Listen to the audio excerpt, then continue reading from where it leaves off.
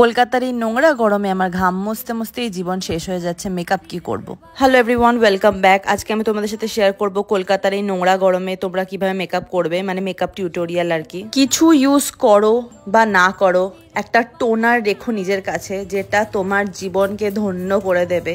Ultimate সুখ যদি কোনো এক্সপ্রেশন থাকে সেটা এটাই। ঘাম মুছতে মুছতে মুখটাকে একদম লাল করে ফেলো, ওটার থেকে ভালো ব্লাশ আর কিছু হতেই পারে না। সব সময় মনে রাখবে সানস্ক্রিন স্কিপ করবে না যদি তোমার মুখে 12টা না বাজাতে চাও। তো প্রবলেমটা একটাই জায়গায়, সেটা হচ্ছে এই সানস্ক্রিনটা ব্লেন্ড করতে করতে আমার জীবন প্রায় শেষই হয়ে যায়। 15 মিনিট ধরে ব্লেন্ড করি আমি এই সানস্ক্রিন। তোমরা এটাকে শুধু গ্লো ভেবো না, এটা কিন্তু ঘাম মিশ্রিত গ্লো।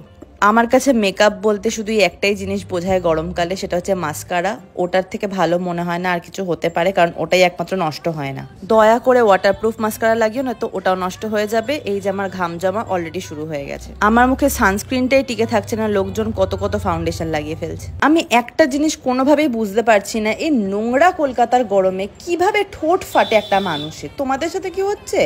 যাই হোক, লিপস্টিকটাই বেস্ট পার্ট, ওটাই লাগিয়ে ফেললাম।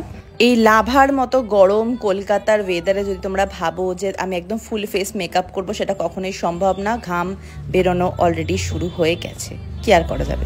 এই গরমকালে যত কম সাজবে ততই ভালো। দেখা হচ্ছে পরের ভিডিওতে, বাই।